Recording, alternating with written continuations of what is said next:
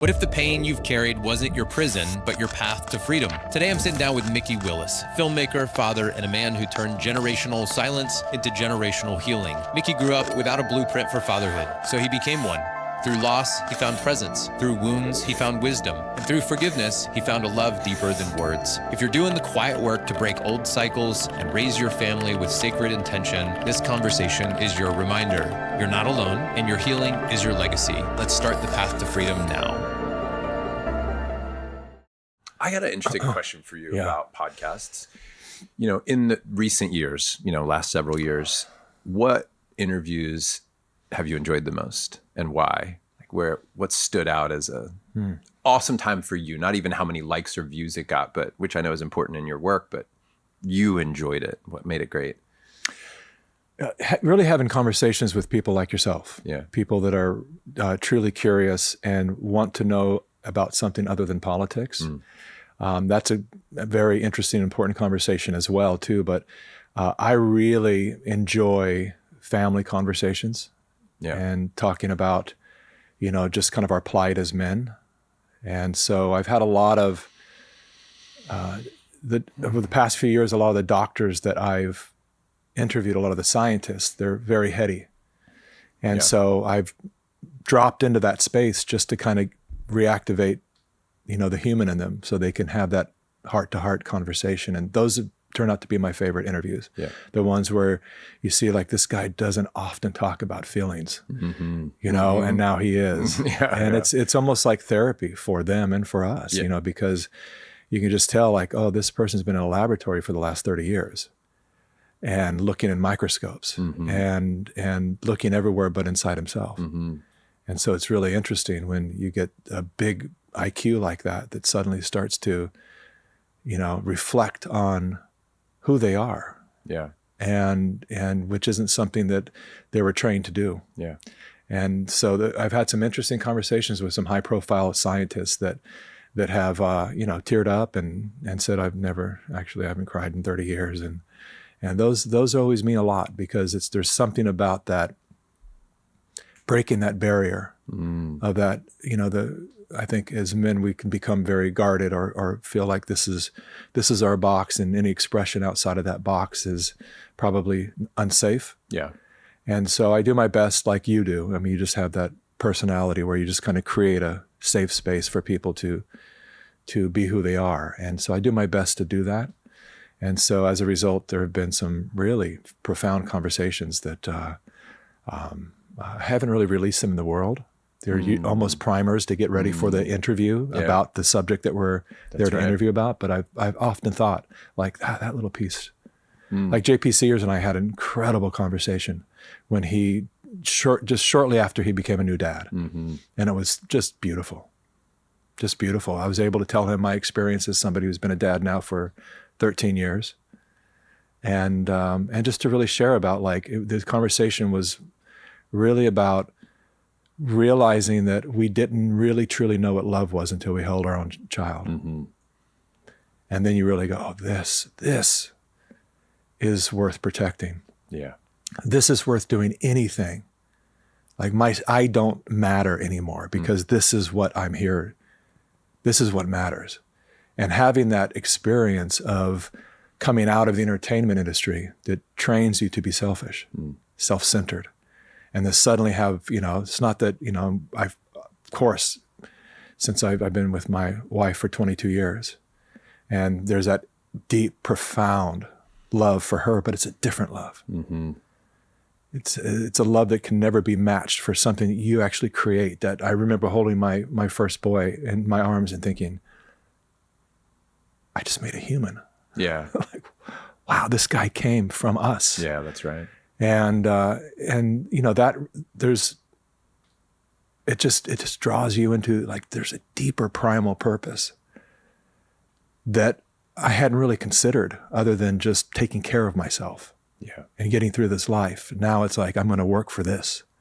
So that shaped everything for me. Yeah, I've never really explored the difference between the love that you feel for your partner and the love that you feel for your kids. That's a fascinating exploration. And I'm seeing it now through the lens of this book, Getting the Love You Want. Have you ever read that? It's a very cool book, and we're doing the workbook part of it as a couple. There's probably 10 couples that are all doing like a weekly call, and you do the workbook, and then you come and you talk about what you're learning. And a lot of it is like how your childhood wounds, you're finding a partner that actually mirrors your childhood wounds so that you can recreate what hurt you as a child and then heal yourself through that. And so that kind of chosen path versus the love that comes from a child that is gifted to you. You didn't choose who they are. You didn't choose the nature of that child. Well, maybe you could make an argument that spiritually or in some other cosmic reality that happened, right? There's a soul contract there. Yet I think that from a very logical place, I'm seeing the difference now, as you just articulated that, between the two different kinds of love. Yeah. Yeah. Yeah, it is different, and it's, my wife and I have a really fantastic relationship. And thanks to her, because I've learned so much from this woman. She just has a very unique, I call it a recipe. Mm-hmm. She's Filipina, but she was raised in Fargo. So you just cool. Go, yeah. It took me about 2 years in our relationship to just trying to figure her out, because we met when I was, fully engaged in the business, and so was she. Mm-hmm. And so I was very used to people hiding behind a facade. Mm-hmm. And I was just waiting for, like, when is she going to peek out so I can see the real her? Mm-hmm. Because there's no way she can be this perfect. Because there was nothing that, she just had this very balanced way of being, very fair way of being, where she was first person I'd ever dated who was just refused to fight. Mm. And one day I asked her, because I again, it was like 2 years into the relationship, and one day I exploded and I said, I feel like I'm shadow boxing. She goes, what? And I said, it's just me and my shadow, because you just won't put your dukes up. And she just goes, I don't see a reason for it. Mm. And I was like, I guess there isn't one, really. Yeah. So her whole thing is, let's, how are you feeling? Express it. Mm. And I'll take it in. And if it sounds absurd to me, there's no reason that I need to tell you that it's absurd. I'll just let you sit with it, and I'll take it in and consider it, because maybe it sounds absurd because it's true for me. Yeah. And if it's true, then I'll apologize later and admit it and own it. Mm. And if it's not, you'll figure it out and you'll apologize and own it. Yeah. And so let's just, listen to each other. And so it took me a while to get used to that, to just being able to say whatever I wanted to say, because I had a previous relationship where everything I said was a 3-hour, 4-hour processing session of drama. And so I was kind of primed and ready for that. Yeah. And she just wouldn't give it back. It was very Tai Chi, kind of like just flowing with it. And I thought, but she's also a strong woman. She's not passive in that she's just, just lying dormant and letting things happen. She'll express herself really clearly and strong, but very fairly. And that's really taught me, part of my goal in life now is to be a fair man. Not right, not wrong, just fair. And that, I learned a lot of that from Nadia, my wife. She's just very fair. It's like, if you call her out on something that's accurate, she goes, oh yeah, I do that, don't I? Okay.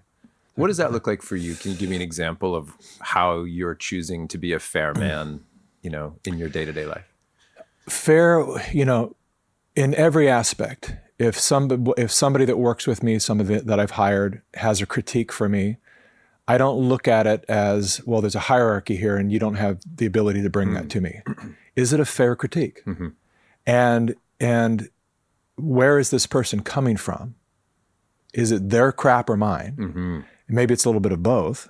Typically.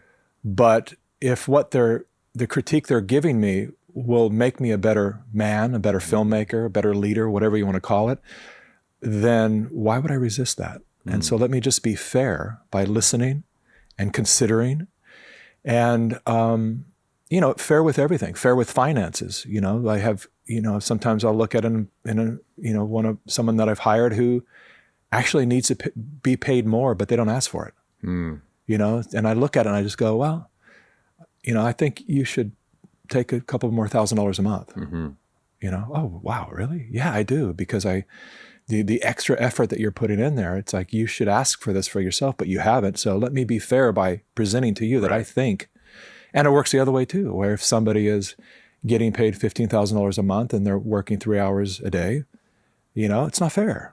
So, you either, stay a little longer in the office or produce more or take a hit in your pay. Like, so let's just be fair. And whatever it is, any conversation I get into, political debates or whatever, I just don't come at it like I used to, where I would just want to be right. If somebody raises a point, and I think that's missing a lot these days, where you just hear it and you just go, well, that's fair. That's actually a fair argument. And so let's just be fair. Yeah. And that is, I think it saved me from a lot of angst, of that. Spent many years of fighting to be right. I know nothing of what you're saying.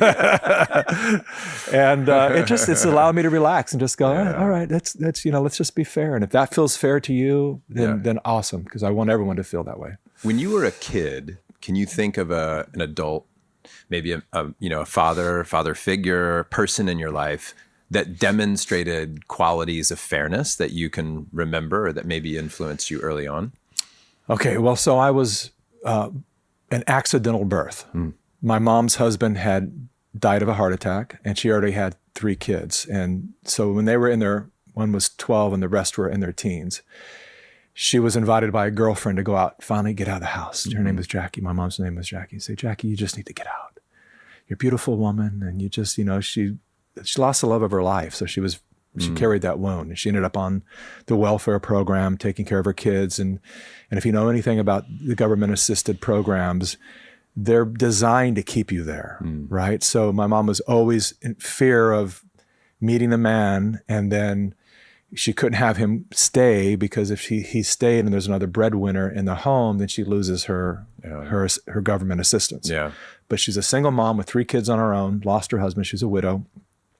Finally, her friend says, you need to come out, Jackie. She meets my dad, and they have a fling. She gets pregnant. And so here I come. And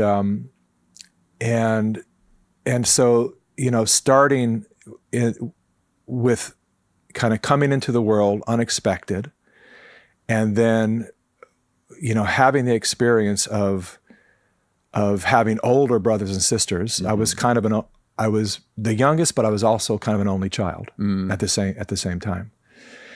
And then my mom started to date a man named Teton. He was born and raised under the Teton Mountains in Wyoming. And he was a really incredible man. And he loved my mom. He proposed to her so many times. But again, because she was afraid, that, if she said yes and then he leaves her or dies, then she's back on this struggle to try to feed her children, right? And so that man, he was the closest thing I had to a father as a child. I will tell you, I'll jump ahead right now and say I have an incredible story about my father, my real biological father, that I'll share with you during this podcast. But Teton was, he didn't really play the role of a dad. He was my mom's boyfriend, right?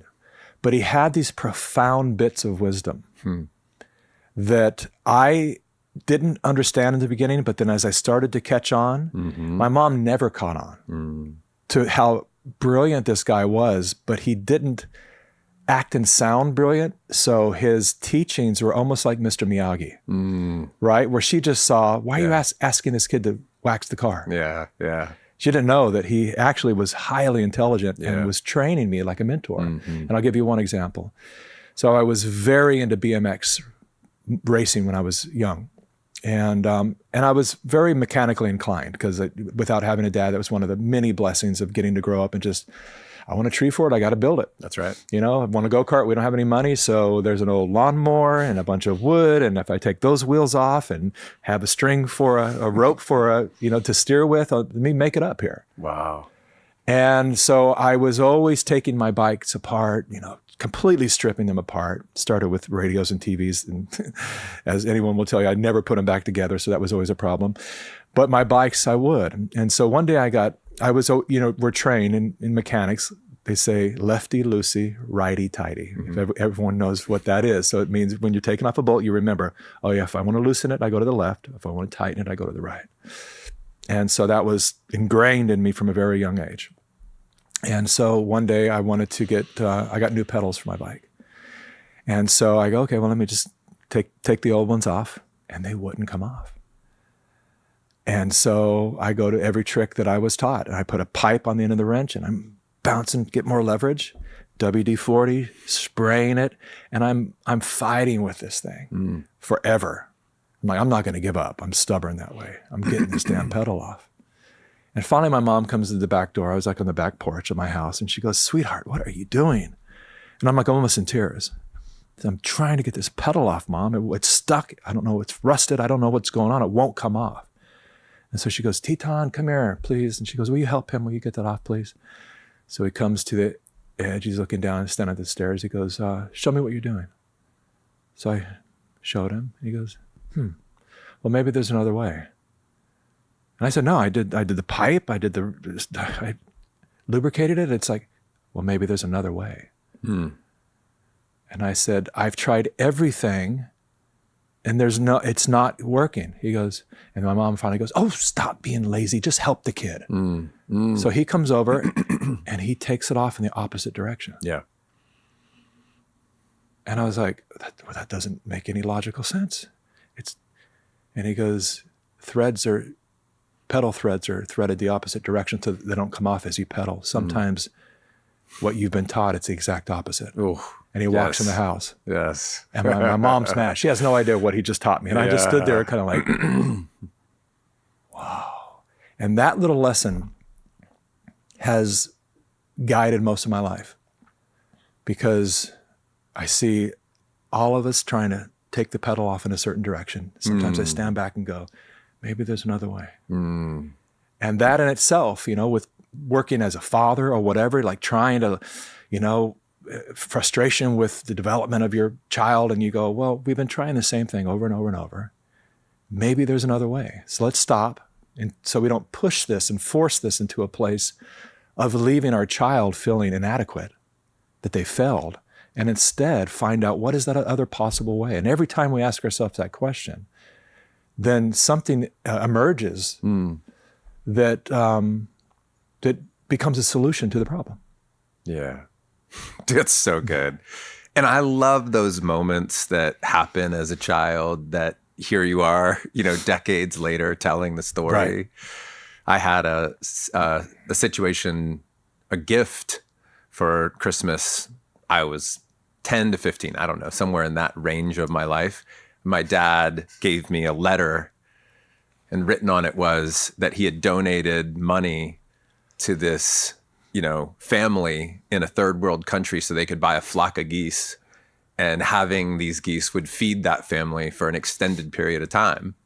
And I remember getting the gift thinking, what is this? There was a part of me, I'm sure I was grateful, I wasn't a terrible child, I was grateful, but deep down inside, I'm like waiting for the present that was the material item that I was accustomed to getting.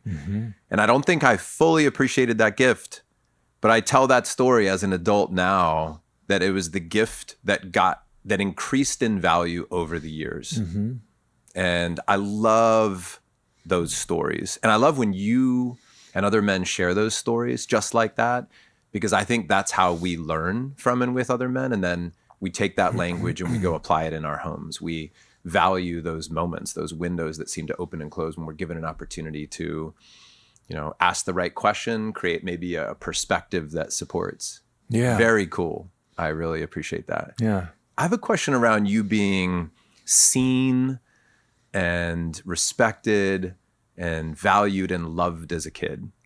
Can you think of a time or a story when you really felt like an adult in your life got you, they respected you, they loved you, right? Where did that show up for you?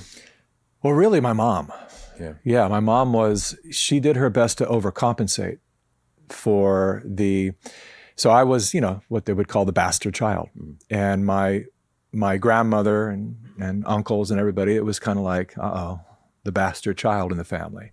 And so I felt this when I was young, and it's not a victim story, because one thing I'll tell you, right, is I'm happy to share my stories, and some of them can sound like sad stories, but I live in a world where everything is divine.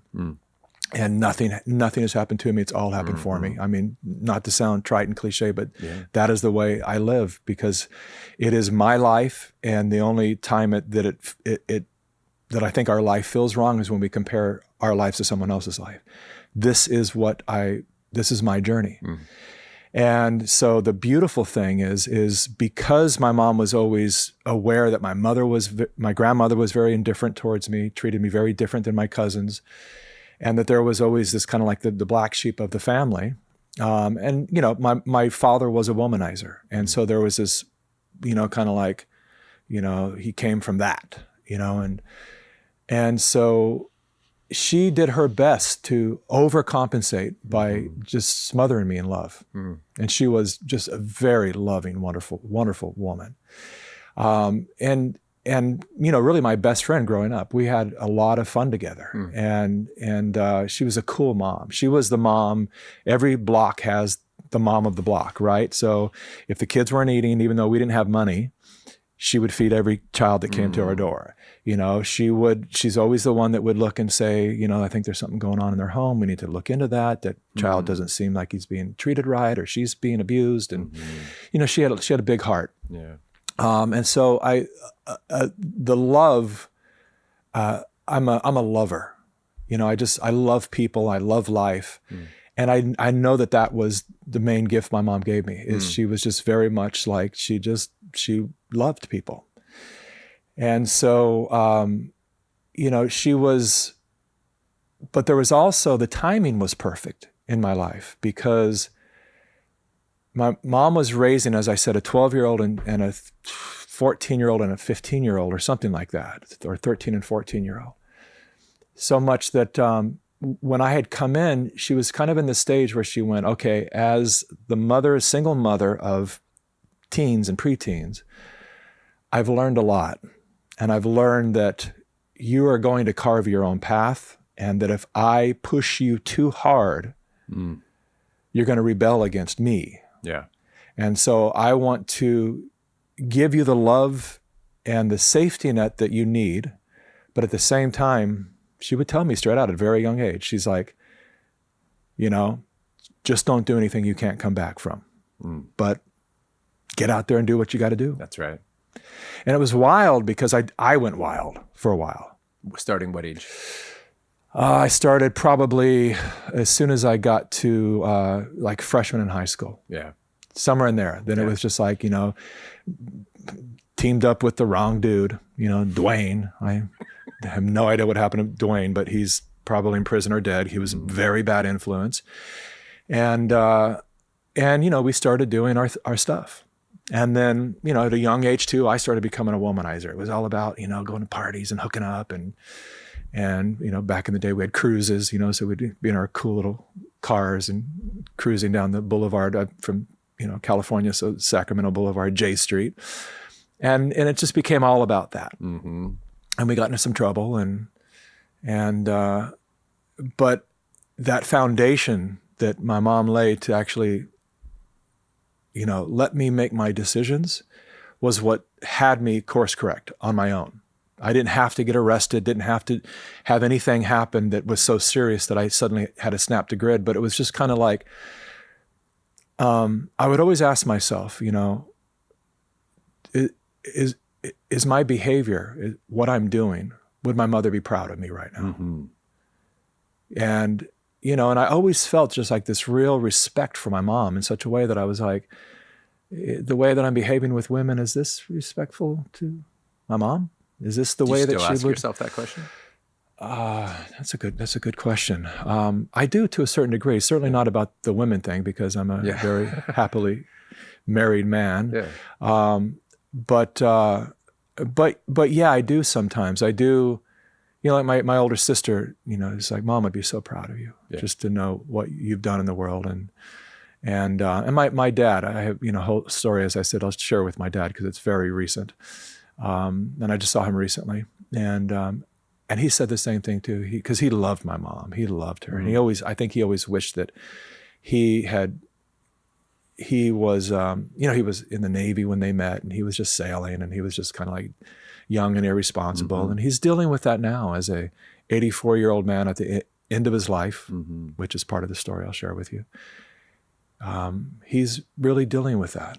And I'm doing my best to have him surrender to the mindset that there should be nothing that he takes in the form of guilt or shame with him. Because I believe in God. I believe there's a divine intelligence that governs all of life. And that even in his actions that would appear to be very selfish because he was not there for his child, it was exactly what I needed.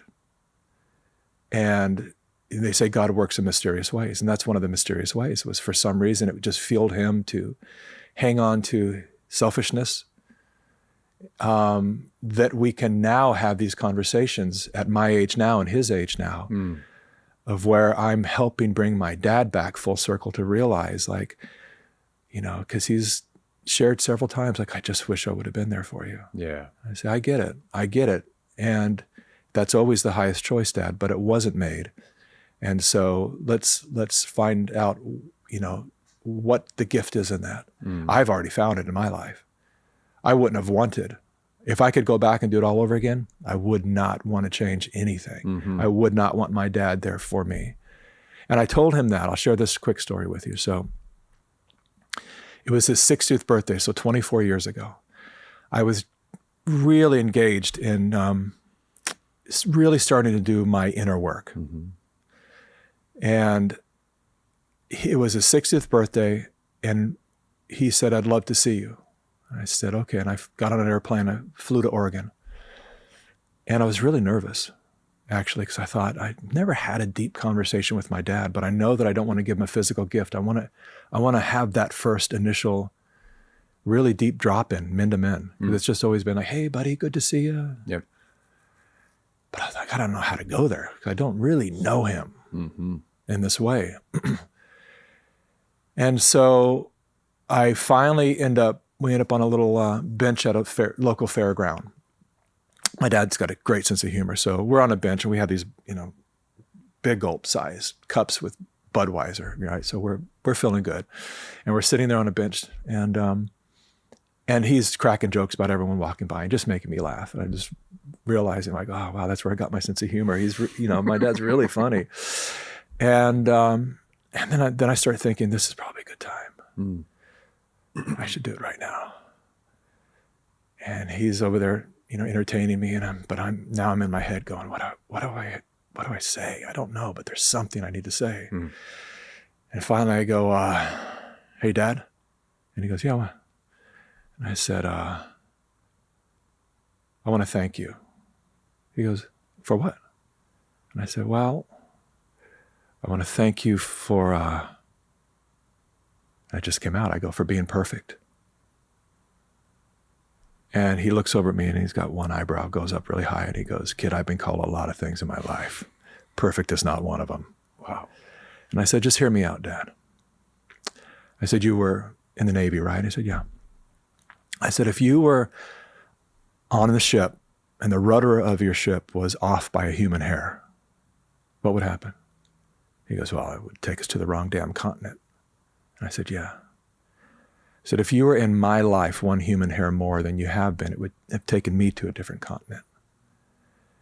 And Dad, just recently, I've really awakened to understand how perfect my life is unfolded, and I wouldn't want to be on any other continent than where I am right now.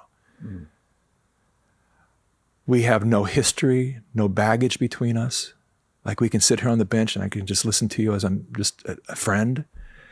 And I said, how perfect we get to know each other as men now, where, I don't have to forgive you for anything. There's nothing to forgive you for, Dad. I said, it's just really like I want you to understand that. Like, what you did was exactly what I needed to become the man that I'm becoming. And my dad takes a moment, he looks at me very seriously, and he goes, you've always been weird. Perfect. And I knew, I got Perfect it. response. Okay, that is, the translation is, thank you, I love you. That's right. You know, and from that moment on, we've had an incredible relationship. Dude, that's great.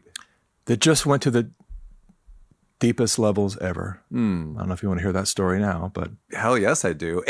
But just before you share that, I want to offer a reflection that your perfect thought, man, I feel it in my energy. I was leaning in. I was loving that story. And why do I love that story so much? I think I crave another human telling me the same thing. And I think that, like, I can only speak from my own experience, but I would imagine that for most humans, when somebody looks at you and says, all of the decisions that you've made in this life, right? I appreciate them. Because they have been, and I tell my kids all the time, the most important thing I want you to know is that I want you to do the best you can with what you have in any given moment. And whenever I feel that statement, whenever I accept that to be true in any other human, I find peace. I find love, I find compassion, I find empathy, I find all the things I'm searching for every human is doing the best they can with what they have. Based on the feedback they receive, based on their nature, their biology, the chemistry of all things mixed together in one moment, that is what you got. And when everything is for you, when everything is divine, that to me is living in alignment and what I would consider to be harmony. So like, I want that so desperately from the people that I'm around. Like, I can't think of a higher compliment from my son to me at one point to say, thank you. Like, it was all perfect. I'm like, thank you. Because there are parts of me, even in this moment, when I think, I have some regret around that decision. I wish I wouldn't have raised my voice on that day. I wish I would have chosen a different school for you earlier in your life. I wish we would have taken that trip that we eventually took, but I wish we would have taken it 5 years earlier. There's a lot of that for me. And when I settle into it's divine and it was perfect and it had to be the way it was. You're a driven man, you lead at work, you hustle to provide, but deep down, you know that success at home matters most. The question is, are you leading there with the same clarity and purpose? At Front Row Dads, we totally get it. Juggling business and family is not easy, and that's why we created FRD Engage, a 5-week experience designed for men like you, fathers, husbands, leaders who refuse to settle. This is more than a course. It's a live online journey with real dads, real conversations, and real change. You'll walk away with a clear path to deeper connection with your wife and kids, tools to align your business with your family values, daily habits that create lasting change, clarity and confidence to lead your family with purpose. You don't need to figure this out alone. You'll join a brotherhood of men raising the bar together. Don't wait for a wake-up call, because if you're not leading at home, who is? Go now to frontrowdads.com to learn more. That's frontrowdads.com to learn more. Join us and step fully into the role that only you can play. That feels really good. I want to offer that, man, as a reflection to you, that however you landed in that moment to share those words, you said it just came to you. Wow. And I honor you.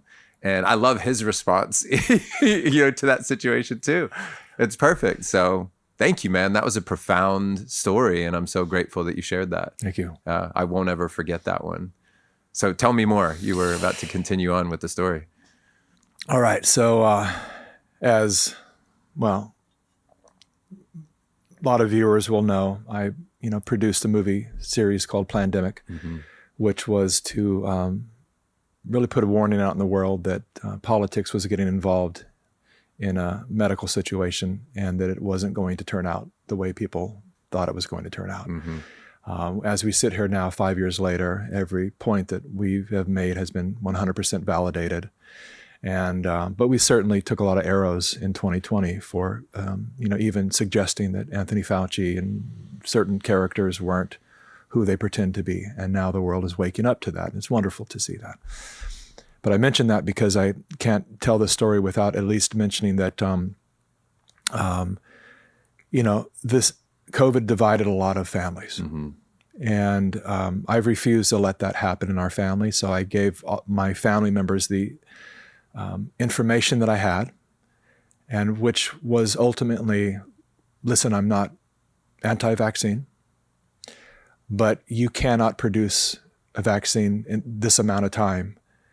And it should be considered experimental because they've never injected an mRNA technology into a human body this way before. And so I would recommend waiting and seeing the outcome of this, because you can't produce it in months when it really, safe and effective can only be pinned on something that has long form trials. And so that's the position I took to my family of just hold off, just wait, let's see. And my dad didn't listen, and got 3 shots and immediately had 3 heart attacks. And this is more and more becoming known as something that is not uncommon, that it can affect certain people and create a clotting situation that creates myocarditis or a lot of the other circulatory issues that can result in a stroke or a heart attack. And my dad's girlfriend immediately had a stroke.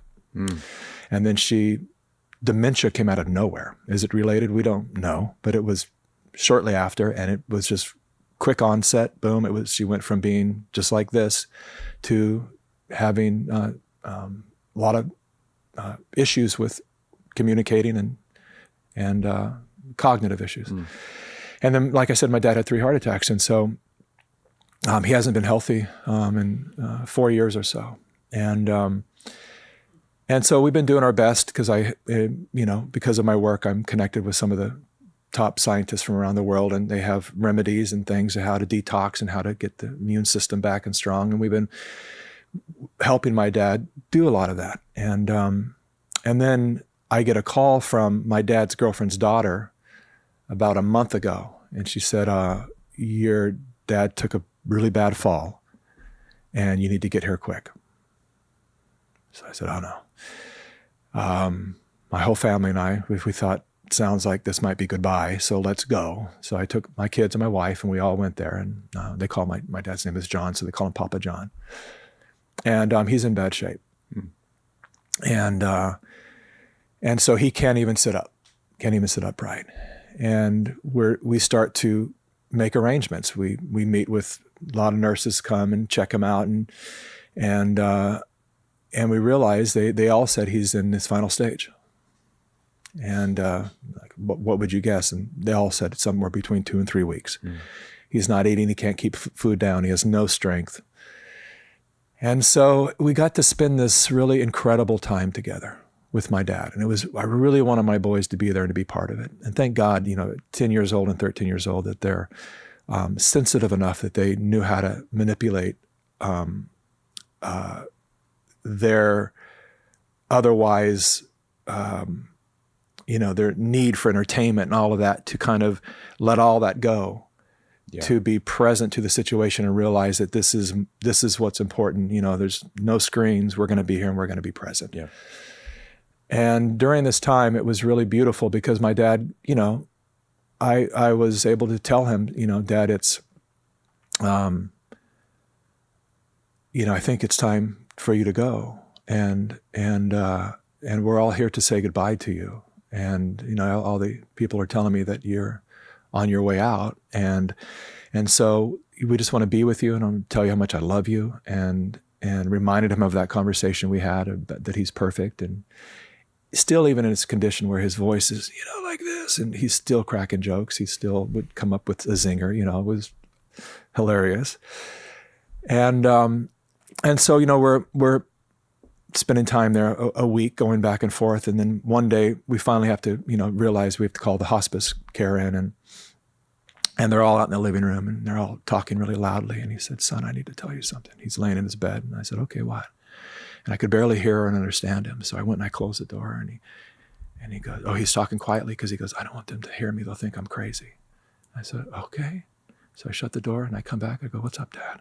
Actually turned my camera on. He goes, what's that? And I go, I'm documenting this, Dad. I think you're about to say something important. And he goes, I don't know how to tell you this, son, because I've never had an experience like this in my life. And he just starts to cry. And he goes, son, he goes, I don't even know if I believe in God. But something happened last night.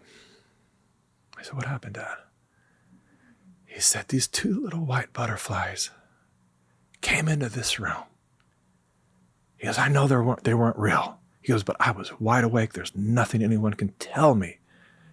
I was as alert as I am with you right now. They came into this room. The room was dark, but everywhere they flew together, they would light up the room all around. I watched them for it had to be 2 hours. And he said, and I was terrified on one hand because I thought, I'm dying. And he goes, and I don't want to die before Marine. But he goes, it was the most beautiful thing I've ever seen on the other hand. And I want him to come back. He said, I've never had an experience like that, son, but it had a profound impact on me. And I said, Dad, I said, well, you know, the butterfly is the symbol of transformation. And I said, it's interesting that there were 2 of them. I said, maybe that's God's way of saying that he's going to protect Marine. He's got you both. He said, I don't know, son, maybe. Whatever it means, he goes, I could just feel it changed me. And so we get him into the hospice care, into a home. It was very difficult because he would not allow her to be in another. The VA wanted to take him, but he's like, she can't come with him. So we had to find a home that could take a dementia patient and someone on hospice care. So we did. And we bring him into his new home. He's there one night. We go back. We go to, how was your first night here? And you know, this is the day we're leaving. And it was tough because, you know, they're like, we really don't know how long he's got. So, you know, it'd be great for us to stay here until he leaves, but it could be a month, you know, you don't know. And so we have to get back, and I have some pretty serious commitments. I have a movie premiering and I have to get back. And so we're going to have to say goodbye. And as we started to say goodbye to him, he goes, will you say a prayer? Now you have to understand, I never thought I'd ever hear. I'm not overtly religious at all. But I too had an experience in 2008, maybe we'll talk about, that really opened my eyes to God, because it was something that I had kind of not paid attention to most of my life.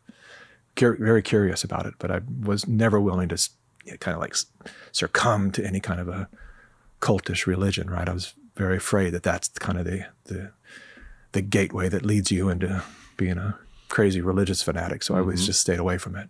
And there's a reason for that. And I had an aunt and uncle that became born-again Christians, and they tried to convert our whole family. And so our family kind of disowned them. So as a young child, I was like, oh, this Christianity thing is bad. Yeah. And so I was wrong. So he says, will you say a prayer? I said, absolutely, Dad. So I'm holding his hand, my sons, and then my wife, and, you know, we're kind of in a little horseshoe circle, half circle.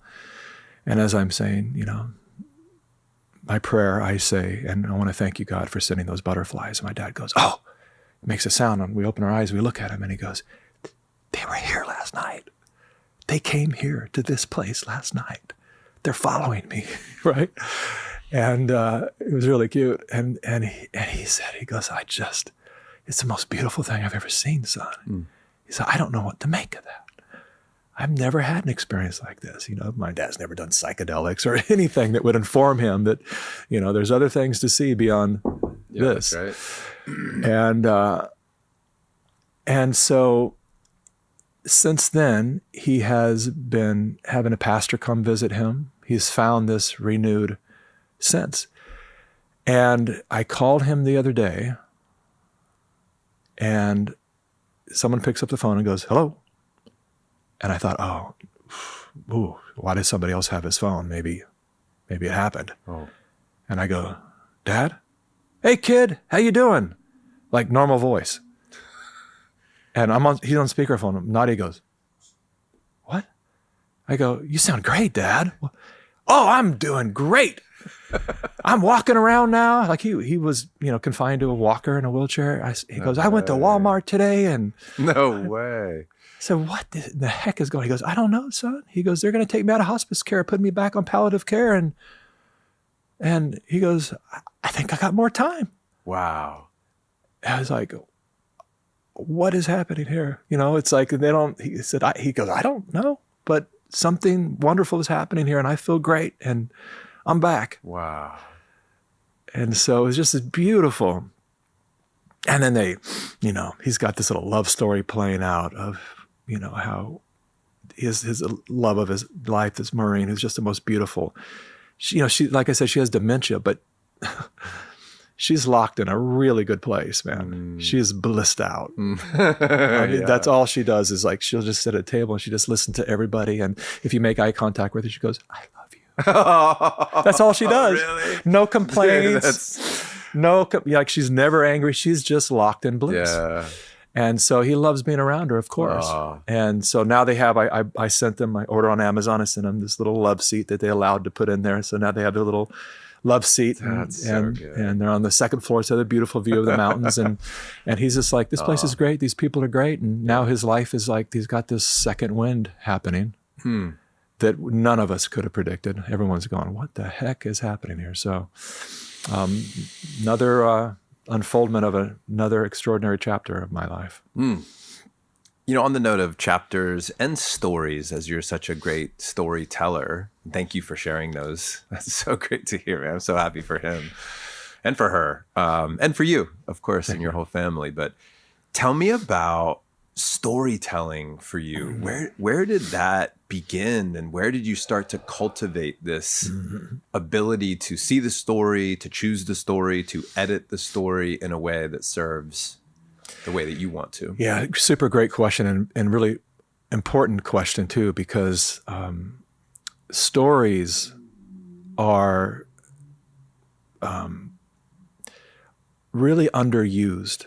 Our mythologies are very important for us to understand our journey. And so 30 some years ago, I started studying the work of Joseph Campbell. So the man who coined the phrase, the hero's journey. And he wrote, books, The Hero with 1,000 Faces, and a lot of really fantastic literature that he produced before he died. He spent his life studying the stories that humans tell each other, all the way back to the beginning of any recorded, etching on cave walls, campfire stories. And he found that there was a commonality within all of these stories, no matter the culture. There were always gods and dragons and threats, and but he mapped out this hero's journey.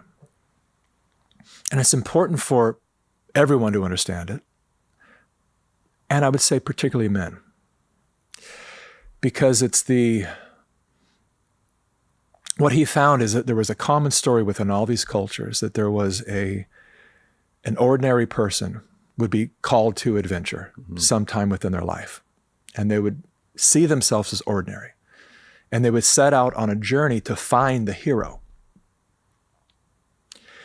And along the way, as they're going on this investigation to find the hero to solve this problem that they think is much too big for them to solve, they would meet all of these different characters. And Joseph Campbell had different names for them, threshold guardians. So when they're about to cross a threshold into a new dimension of reality, there would be someone there trying to thwart you, kind of like the movie Fight Club, where it's like, how long is this person going to sleep on the porch before we let them in, right? Yeah. How much is this worth to them? It's kind of like that.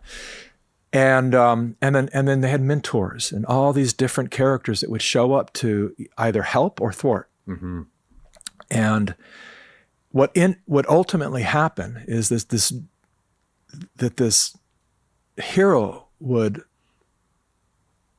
unconsciously be learning and remembering, which is probably the better word, remembering truly what they are, right, and why they came into their bodies to do what. And all of that, all those shapeshifters and tricksters and guardians and helpers were all part of this man's journey to finally reach a point where they realize, I'm actually looking for myself. I'm the one I've been waiting for. The force is within. I'm the one. And Hollywood took Joseph Campbell's work and turned it into the template for almost every iconic movie ever made. Totally. Which is why those lines came from blockbuster movies. And when you study that as a storyteller to understand the structure of that 3-act play that almost every movie is built upon, and you apply that to your life, then you start to understand. One of my greatest examples of the hero's journey is the movie The Karate Kid, which I alluded to Miyagi earlier. One of my favorites. Yeah. And it's just the clearest, right? It's like, I got the bully. I need to learn how to fight. I need to protect myself. I need to defend myself so that I can carry on living my life. And so he finds the master, and the master ends up saying, wax the car, paint the fence, scrub the floor, until the student says, you're crazy old man. You're having me do all this. I'm not your slave. Like I came here to learn karate, and you're making me do all of your chores. I see what you're up to. And it's not until that person's in battle that they realize the master helped them build muscle memory so that they block the punches and have all the different physical muscle memory to actually do what they came to the master to learn. And so if you look at the most irritating people in our lives, the most challenging circumstances that we're faced with, and if you look at those like Mr. Miyagi, and that's what I have been doing for the last several years, and it's helped me escape, I would say, a lot of negativity and a lot of regret that I otherwise may have had, because I look at it and go, okay, what is the lesson, Mr. Miyagi? Because it's not what I wanted. It's not what as far as I know, it's not what I came here for. I'm getting something else. Mm-hmm. I'm waxing the car. Mm-hmm. And this is going to pay off later. That frame of mind had me look at my whole life and realize everything I'm currently doing with my career and in my personal life is being informed by everything that I've done in my past. The good stuff and the bad. The hard lessons that I've brought onto myself. All the things that I did that there was a point when I thought, I was a little nervous because I thought I would get involved in something like, this is it. And I'd do it for 3 years and just go, and I'd trash it. Music business, nah. Acting, nah. Writing, nah. All these things, just kind of like this is my career. No, it's not. And then now I sit before you and my whole job requires all of that. I have to understand music. I was a photographer for 17 years. I have to understand composition and lighting. I have to understand the journey of an actor so that I can direct an actor. Like all these things that I did that I thought I actually kind of failed at because I quit were my boot camp. Yeah. Were me waxing the car so that I could do what I do now. And so, I've been studying lately something called the frequency illusion. Because it's always fascinated me. And just this year I realized, I said, you know what, I've been looking into this forever, but I've not studied the psychology behind it. Like, there must be a psychological phrase for this? Like, what is this? So I've just recently started studying this, what's called the frequency illusion. And that is, we've all experienced it, right? If you go out and you buy a red Corvette today, you will start seeing red Corvettes everywhere. Yep. If you decide you want to buy a new home, suddenly for sale signs are everywhere. And this applies to all areas of our lives. And I always tell people, you always find what you're looking for. Mm-hmm. Be careful. Because if you think women are crazy, you will find crazy women. If you think men are dogs, you will find a bunch of barking men. And so the power of our attention is so critical. Yeah. Because where, the phenomenon really is about, we start to magnify that which we're aware of. So the moment we make a decision, then that starts to appear in our lives. So if we make a decision that life is awesome and people are wonderful and at the core very loving, that's what shows up. If we make, which is easy to do, particularly in this very divided and conflicted world right now, if we make a decision that humans are horrible, that's all we begin to see. Yep. And a lot of people have gone there. And it's unfortunate because what it demonstrates is that we have lost the perspective of just how critical, on one hand, very insignificant and meaningless, but also incredibly critical each of us are to this life. And it's that duality that's hard for us to hold sometimes, where we go, you're not so important, that you mean everything, and then like get your ego out of it. But at the same time, you're one of the trillions of cells that give that organism called your body life. And that we are the cells in the organism of this life. And when we're sick and fighting each other, the whole organism is sick. Mm-hmm. And so if every cell in your body took personal accountability to say, I'm going to remember my impulse that I am actually here to give this body life. And when I listen to these guys around me, I become a cancer cell. And I'm actually killing the very body that I came here to give life to. Mm. It doesn't make sense anymore. And so when you look at things from the micro, and I mean microscopic, to the macro, this rule applies everywhere. And so this is why the media is this relentless force to remind us of how dark everything is. All it does is tell us when humans mess up. How many people were shot today? What is the latest scandal? What couple divorced? But very rarely do they ever spotlight how fucking incredible humans are and how much we've endured to be here where we are right now, despite the technical disruptions of our brain happening from all directions, omnipresent at all times. We're still here. Mm-hmm. And we're growing and we're learning. And the last 5 years has been a massive wake up for everyone on this planet. That's why my film before this last one was called The Great Awakening. Yeah.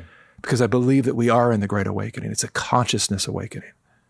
It's us realizing that, well, we can operate from these little limited hard drives called our brains, or we can kind of like turn this satellite dish of our heart and connect it to this divine intelligence, the same intelligence that informs all of nature around us.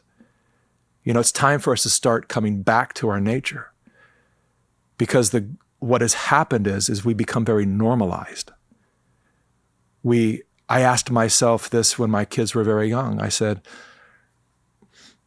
because we had a whole different experience when our kids turned 2. We said, you know what, everyone says terrible 2s.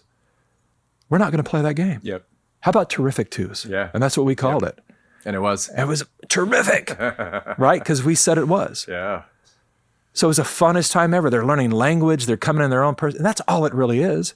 It takes about 2 years, this is what I believe, for the human soul to realize it's not in mom's womb anymore. Mm-hmm. And it's not being fed just by mom's internal system, that it's an independent spirit.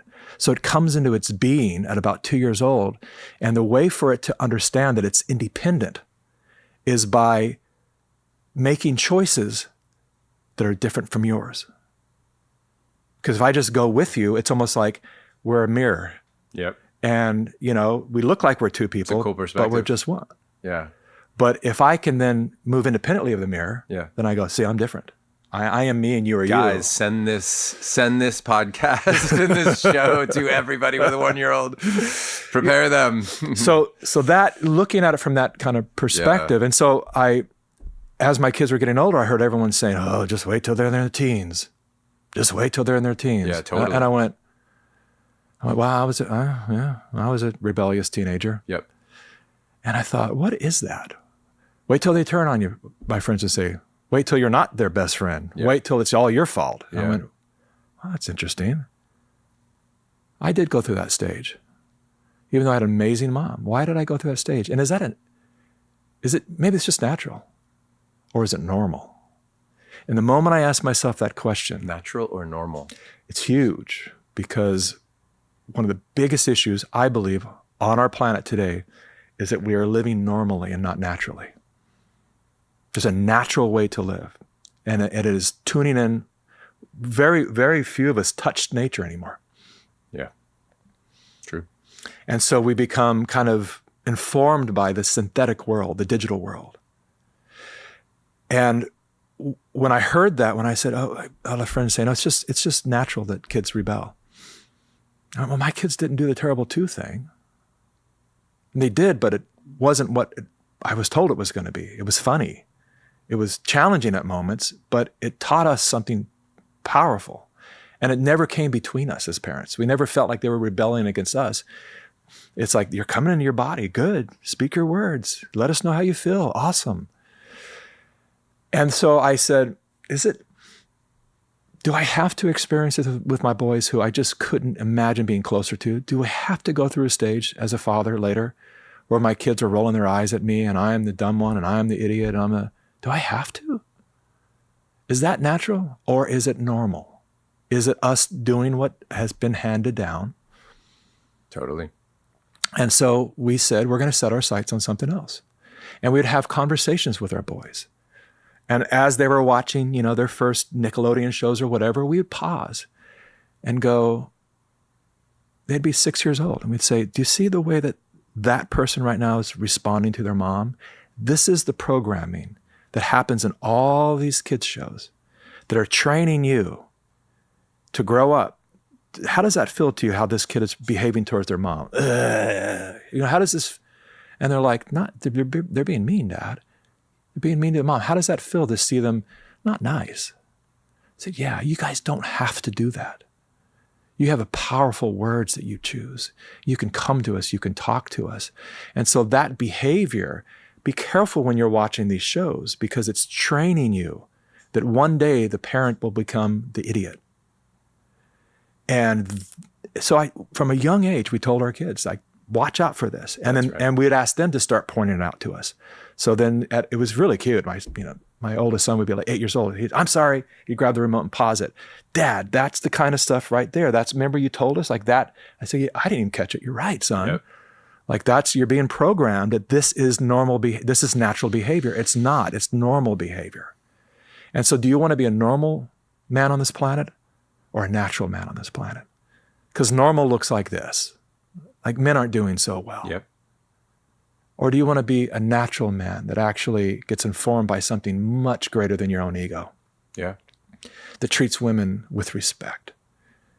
That understands the honor and the value of your word, which is a very important thing in our family, is the power of our word. Because I tell them, I said, you've watched me. When Daddy speaks, people get around me and help me do whatever that vision is. If my word wasn't good, these people wouldn't respond physically because they would go, he always says things that doesn't happen. I don't speak until I'm ready to take action. And I said, and if I exaggerated things, people also wouldn't move into action. And so the looseness of my words is actually depriving me of power to get things done in this world. Yep. So when you speak, if people know you as somebody who exaggerates or lies or gets excited and says things and then changes your mind tomorrow, they're all going to go on pause. And they're not going to help you do what you do. And it requires help. Anything big requires a lot of people to get involved and help. And so the more impeccable you are with the word your words in the world, the more you're going to get done, whatever that is that you choose to get done. And so it's, I've had two very honest kids, but my 10-year-old, when he was 9, went through a phase where we kept catching him in little lies. When I mean little, it was, anything from, you're not playing any video games. We actually have stripped away all video games. We're done now. But then they were having, like on the weekends, they could have, a couple hours a day or whatever. And he was sneaking. He was getting addicted, right? So he would sneak them in the middle of the week. And we'd ask him. And he'd say, no. Oh, no, I was just looking at... And then my older son, who's super honest, would be like, he's lying, Dad. Bust him every time. No, he's not. I checked his computer. He's playing Roblox. Yeah. Like, wow, Zuri, come down, let's talk. I want you to look me in the eyes. Were you playing? If I do that, they never lie. It's like, yeah, I was. He lied. Interesting. So this period of time went by where we just kept catching him. It would just be like, who ate the ice cream? I don't know. And it turns out it was him. It was him. Why did you say you didn't know? I don't know. And I'd say, well, one day he said, let's talk about this.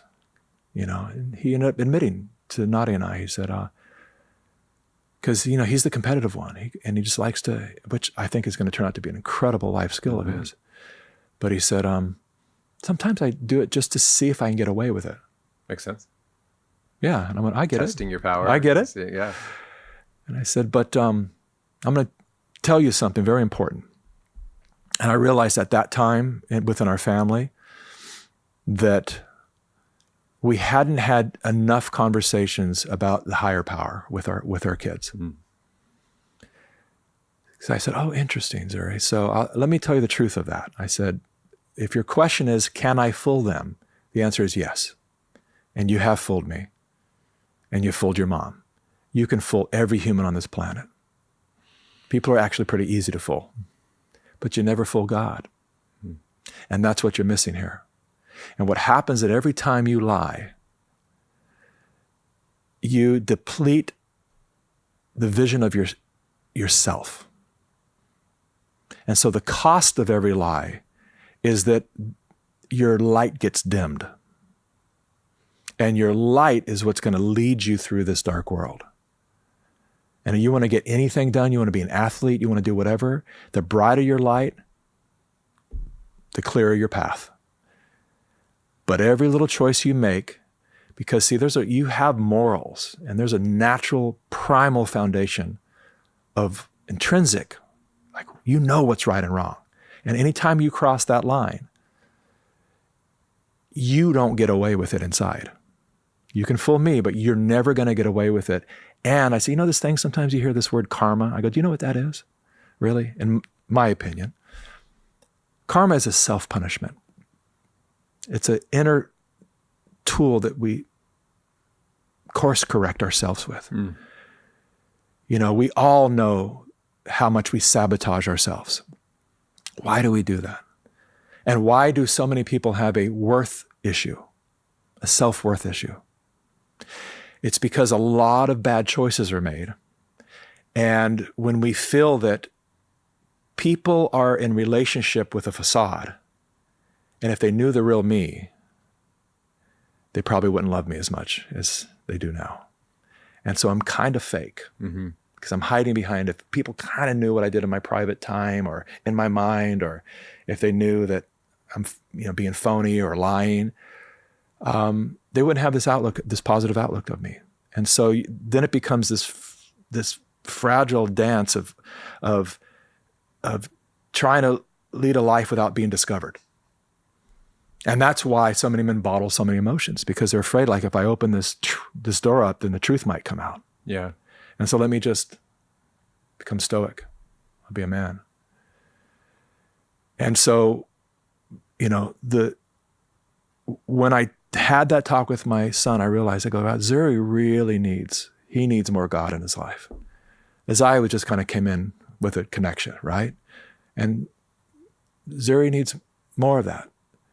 And the moment we started having this conversation with like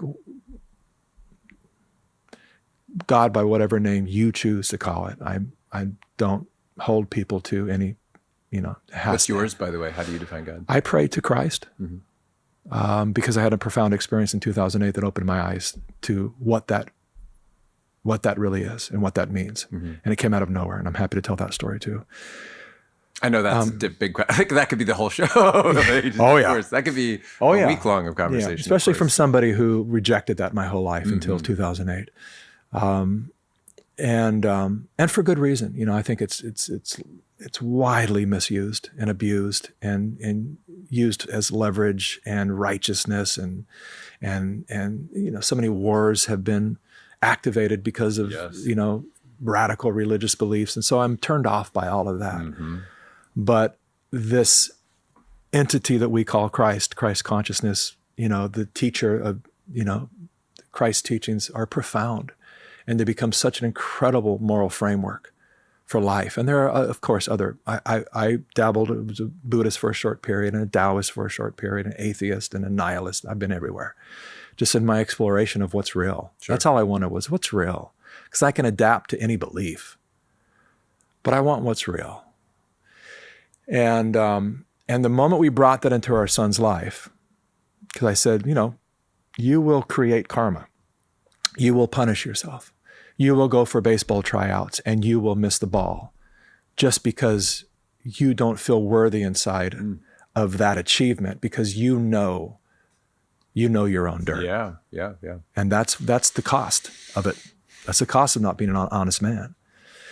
And I, they know the work I do. So I said, look at all these very financially successful men in the world who could just be living their life, helping feed the homeless and doing great things, but they're just never satisfied. They need more billions, and they actually need to harm others with their money. And I said, these are men who don't have and I said, and quite frankly, as I'm doing a deep dive on all their biographies and who they really are, most of them, when they're asked straight out, and do you believe in God? No, they don't. George Soros, very clear. No, I don't believe in God. Well, that explains why you have the ability then to justify doing the harm that man has done in nations all over the world. People have no idea what the damage that man has done. Fueling and funding both sides of conflict. So funding BLM and then anti-protesters trying to, and then going in once a city is burned and buying up everything for pennies on the dollar. Like really like dark stuff. And this, I've not yet met anyone that's truly connected with divine consciousness that would allow themselves to make choices, horrific choices like that would harm others. But as soon as I brought this into my son's world, after that, there are a couple other times when he told a very, very mild lie, and like 2 or 3 times, and we'd hear the little knock on the door at 11:30 at night. Yeah, come in, bud. And now he'd walk in with his face, sit on the edge of our bed. What's up? I lied. Mm-hmm. It's like he can't. It's like, I can't sleep. Yeah. I can't sleep. I said, that's fantastic. That it matters so much to you that you told a little white lie, and your body will not let you rest until you clean that up. Yeah. That is a fantastic skill that you're learning. And we've promised him that anytime he admits a lie, no matter what it is, there's no punishment. Give him that safe space. Yeah. And it's tough sometimes because I want to go, you did what? Yeah. All right. Sure. All right. Yeah. Thank you for telling us. Yes. Give me a minute. Yes. And then in a minute, it's like, Fair. all right, come here, buddy. That's all. I understand. Fair. Thanks for listening today, fellas. If you got value from this episode, I ask that you take 1 second right now and you share this with another dad in your life that you respect, that is committed to becoming a better man, family man, and businessman. And on that note, I want to honor you for choosing growth. Your family will thank you years from now for all the effort that you're putting in to learn the strategy so you can show up more fully for them today. Take care.